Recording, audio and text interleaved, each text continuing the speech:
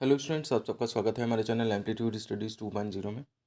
देखिए, आज के वीडियो में हम डिस्कस करेंगे कि ट्रांसफ़र सर्टिफिकेट क्या होता है बीटीयूपी में और ये कैसे प्राप्त किया जाता है, कहाँ कहाँ पे ज़रूरत पड़ती है इसकी, किस तरह से इसको डाउनलोड कर सकते हैं और किस तरह से फिर आप इसको जो है वो मोहर और साइन लगवा करके और बिल्कुल रेडी करके रख सकते हैं, ताकि भविष्य में कभी ज़रूरत पड़े तो आप तुरंत इसे अप्लाई कर सकें।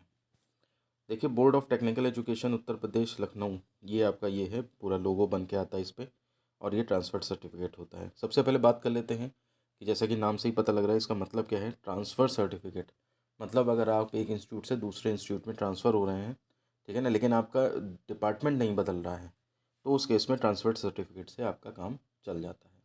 ठीक है ना। तो एक तरह से ये माइग्रेशन सर्टिफिकेट का जो वीडियो बनाया था मैंने, एक तरह से माइग्रेशन ही है कह लीजिए, लेकिन विद इन डिपार्टमेंट होता है, तो इसलिए आपको जो है वो इसमें ज़्यादा ज़रूरत नहीं पड़ती है कि माइग्रेशन भी चाहिए। अदरवाइज़ टीसी के साथ साथ माइग्रेशन भी चाहिए होता है कभी कभी।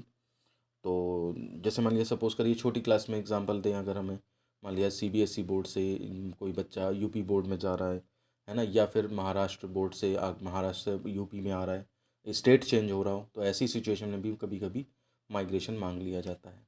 तो उस केस में ट्रांसफ़र टीसी भी कटानी पड़ती है और फिर वो काउंटर साइन होने जाती है उच्च अधिकारियों पे, या माइग्रेशन सर्टिफिकेट अलग से भी बनता है, जिसका अपना जैसा रूल होता है उसके प्रारूप पे वो बनाना पड़ता है। ठीक है ना।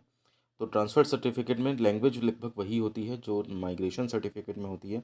मैं बता देता हूँ, मिस्टर इतना इतना और डॉट मतलब सन ऑफ या डॉटर ऑफ इतना इतना, इनरोलमेंट नंबर इतना इतना, गवर्नमेंट पॉलिटेक्निक इतना इतना, has appeared oblique passed her last examination of इतना इतना, ब्रांच ऑफ एनरोलमेंट ईयर 2020। ठीक है ना।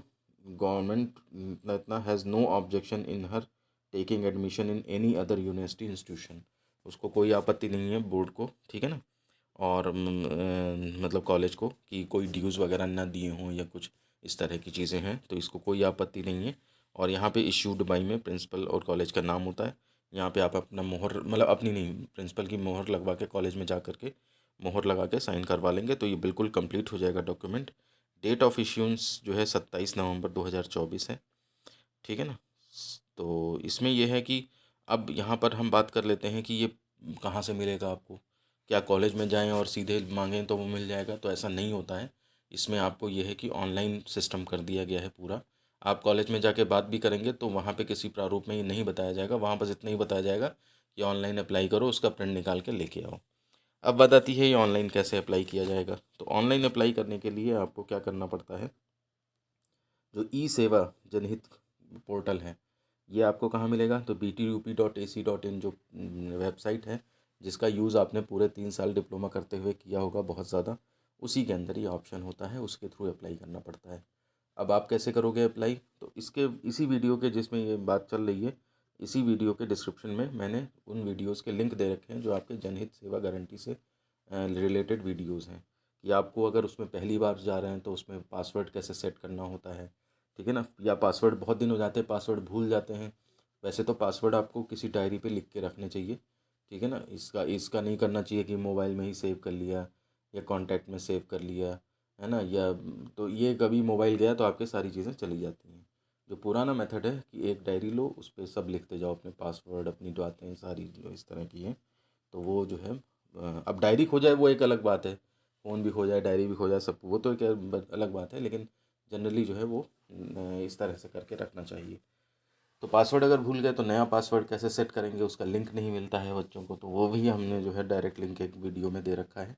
तो उन सारे वीडियोज़ के लिंक हमने यहाँ इस वीडियो के डिस्क्रिप्शन में डाल रखे हैं। और चैनल पे हम कोशिश करेंगे कि एक सेपरेट प्लेलिस्ट भी बना दें कि जनहित सेवा का यूज़ कैसे करते हैं। ठीक है ना, क्योंकि कई कामों में यूज़ आता है आपका। ठीक है ना। BTUP स्टूडेंट लॉगिन कैसे उसमें पासवर्ड बनाते हैं, ये सब चीज़ें उसमें अंदर हैं। ठीक है। डिटेल में पूरा समझाया है। आपको नेम करेक्शन करना है, आपको कुछ और करना है, सब कुछ उसी के थ्रू होता है। तो उसमें जा कर के आप इसको जो है अप्लाई कर देंगे, और अप्लाई करने के बाद जो है वो ये आपके पोर्टल पर जब प्रदर्शित होने लगेगा, तो आपका जो है वो इशू करा लेंगे। अब ये देखिए, यहाँ पे डेट ऑफ इशू 27 नवंबर थी, लेकिन ये स्टूडेंट जो है वो लेने आया था उसको कॉलेज में, जब मैं मिला था, तो ये लगभग लगभग इसमें जो है वो 1 महीने बाद जब मौका मिला उसको, है ना, तो वो अब उसका चक्कर लगा वापस, तो वो अपना लेके और उसने साइन करा लिए, मोहर लगवा ली, बस उसका काम जो है वो ख़त्म हो गया। ठीक है ना। तो इस तरह से ये ट्रांसफ़र सर्टिफिकेट के बारे में सारी बातें थी। और इसी तरह का माइग्रेशन सर्टिफिकेट का भी वीडियो बनाया है, वो चैनल पे जाके देख सकते हैं। और इस वीडियो को भी मैं BTUP रूल्स एंड रेगुलेशन वाली प्लेलिस्ट में डाल दूँगा, तो वहाँ से जा कर के आप जो है वो और भी वीडियोस देख सकते हैं इससे रिलेटेड। वो एक ऐसी प्लेलिस्ट है जिसको मैंने जो है जितने BTUP बच्चे कर रहे हैं, ठीक है ना, सारों को देखनी चाहिए। उसमें सारे आपके पास होने के रूल्स, ग्रेस के रूल्स, बैक के रूल्स, है ना, कई सारी जो और चीज़ें हैं, कॉशन मनी कैसे लेनी है, ये transfer certificate, migration certificate, character certificate, ये सब कैसे इशू कराने हैं, ये सब के बारे में जो है वो डिटेल्ड वीडियो हमने उसके अंदर बना रखे हैं। तो आपको हर बच्चे को और जूनियर्स को भी बताइए इस बात को कि वो चैनल को सब्सक्राइब करके रखें और व्हाट्सएप ग्रुप में जुड़ें, और साथ ही साथ जो है वो टेलीग्राम ग्रुप में जुड़ें, ताकि कोई भी इन्फॉर्मेशन जो है वो मिस नहीं होने पाएगी।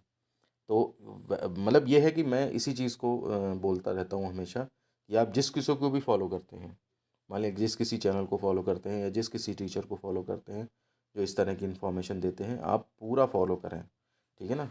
क्योंकि ऐसा होता है कि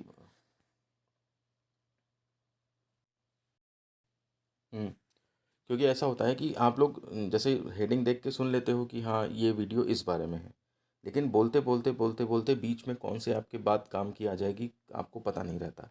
तो इसलिए फॉलो करने का मतलब है आप उसकी बताई हुई हर बात को फॉलो करें, चाहे वो कभी कभी बीच में मोटिवेशनल लाइंस बोल दी हों, चाहे वो कभी कभी किसी और चीज़ के बारे में बोल दिया हो।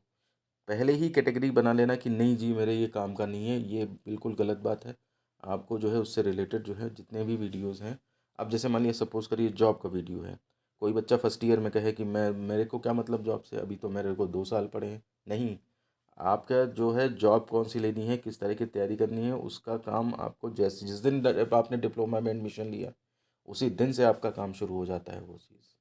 आज तो टेक्नोलॉजी इतनी अच्छी है कि ये इन चीज़ों को बताने के लिए हमारे पास इस तरह के टूल्स हैं, चैनल है जिसके थ्रू हम बात को बता कर के स्टोर कर सकते हैं। अदरवाइज़ पहले तो ये बात हर एक से पूछनी पड़ती थी जा कर के, और हर कोई बार बार बताता नहीं था, क्योंकि एक ही बात वो बार बार सबको कैसे बोले। तो अभी तो ये है कि मेरे दिमाग में जो चीज़ें हैं वो मैंने एक्सप्रेस कर दी हैं एक वीडियो के माध्यम से, और उसको आपने देख लिया। लेकिन मैं ये देखता हूँ कि कई बच्चों को वो वीडियो देखने में भी प्रॉब्लम होती है। अगर मैंने कोई वीडियो जॉब का बनाया तो इसमें नीचे तुरंत कमेंट आता है कि क्या सिविल वाले जा सकते हैं, क्या मैकेनिकल वाले जा सकते हैं।